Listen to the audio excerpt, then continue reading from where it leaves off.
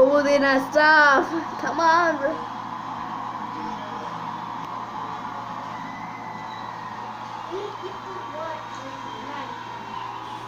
You can tell that I'm, you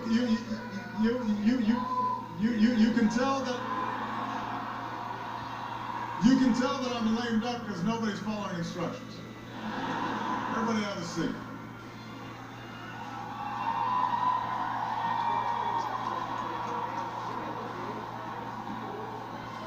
My fellow Americans,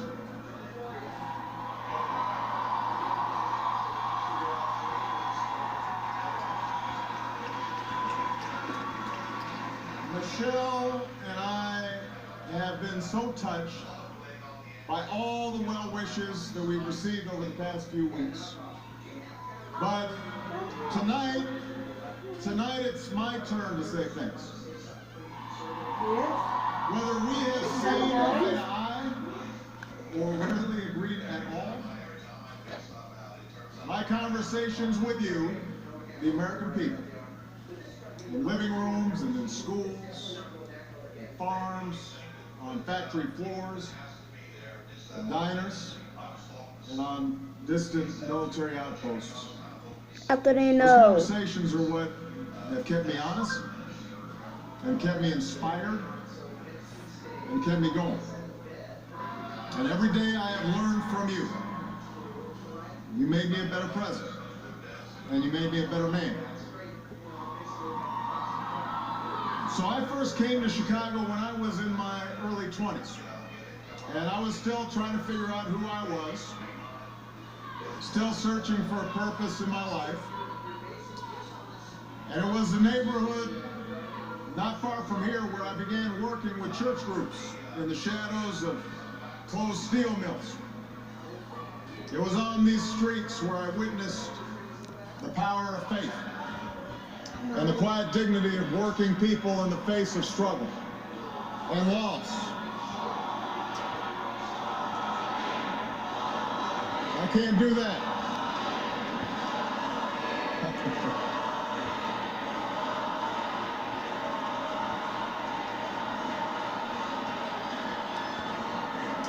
Together to demand it. After 8 years as your president, I still believe that. And it's not just my belief. It's the beating heart of our American idea. Our bold experiment in self-government. It's the conviction that we are all created equal, endowed by our Creator with certain unalienable rights, among them life, liberty, and the pursuit of happiness. It's the insistence that these rights, while self-evident, have never been self-executed. That we, the people, through the instrument of our democracy, can form a more perfect union. What a radical idea. The great gift that our founders gave to us. The freedom to chase our individual dreams through our sweat and toil and imagination, and the imperative to strive together as well to achieve a common good, a greater good. For 240 years, our nation's call to citizenship has given work and purpose to each new generation. It's what led patriots to choose republic over tyranny, pioneers to trek west, slaves to brave that makeshift railroad to freedom. It's what pulled immigrants and refugees across oceans in the Rio Grande. It's what pushed women to reach for the ballot. It's what powered workers to organize. It's why GIs gave their lives at Omaha Beach, in Iwo Jima, Iraq, and Afghanistan. And why men and women from Selma to Stonewall were prepared to give theirs as well.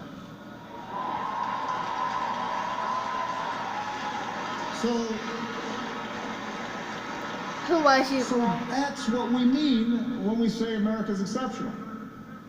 Not that our nation's been flawless from the start, but that we have shown the capacity to change and make life better for those who follow. Yes, our progress has been uneven. The work of democracy has always been hard. It's always been contentious. Sometimes it's been bloody. For every 2 steps forward, it often feels we take 1 step back. But the long sweep of America has been defined by forward motion, a constant widening of our founding creed to embrace all, and not just some.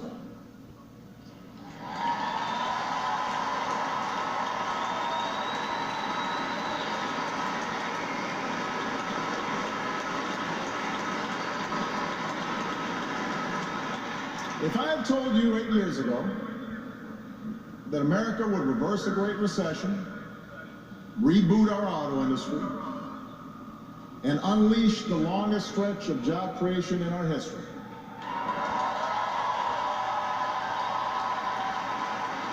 if I had told you that we would open up a new chapter with the Cuban people, shut down Iran's nuclear weapons program without firing a shot, take out the mastermind of 9/11. If I had told you that we would win marriage equality 7 hours, and secure 7 minutes. the right to health insurance for another 20 million of our fellow citizens.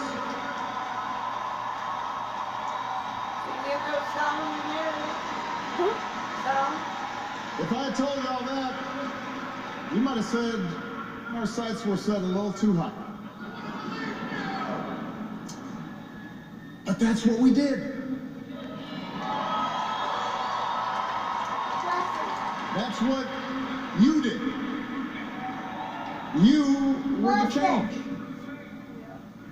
You answered people's hopes, and because of you, by almost every measure, America is a better, stronger place than it was when we started.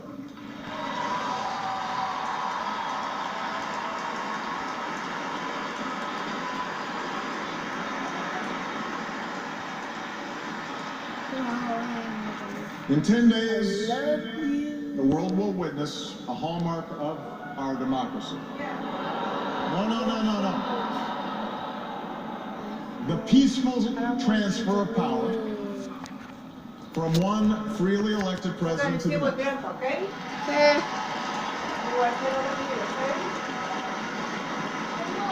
I committed to President-elect Trump that my administration would ensure the smoothest possible transition, just as President Bush did for me.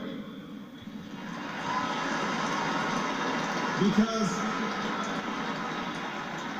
it's up to all of us to make sure our government can help us meet the many challenges we still face. We have what we need to do so. We have everything we need to meet those challenges. After all, we remain the wealthiest, most powerful, and most respected nation on earth. Our youth, our drive, our diversity and openness, our boundless capacity for risk and reinvention means that the future should be ours. But that potential will only be realized if our democracy works. Only if our politics better reflects the decency of our people.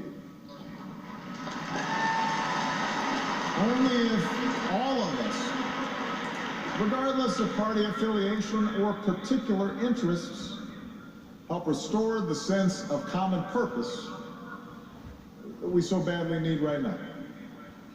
And that's what I want to focus on tonight. The state of our democracy.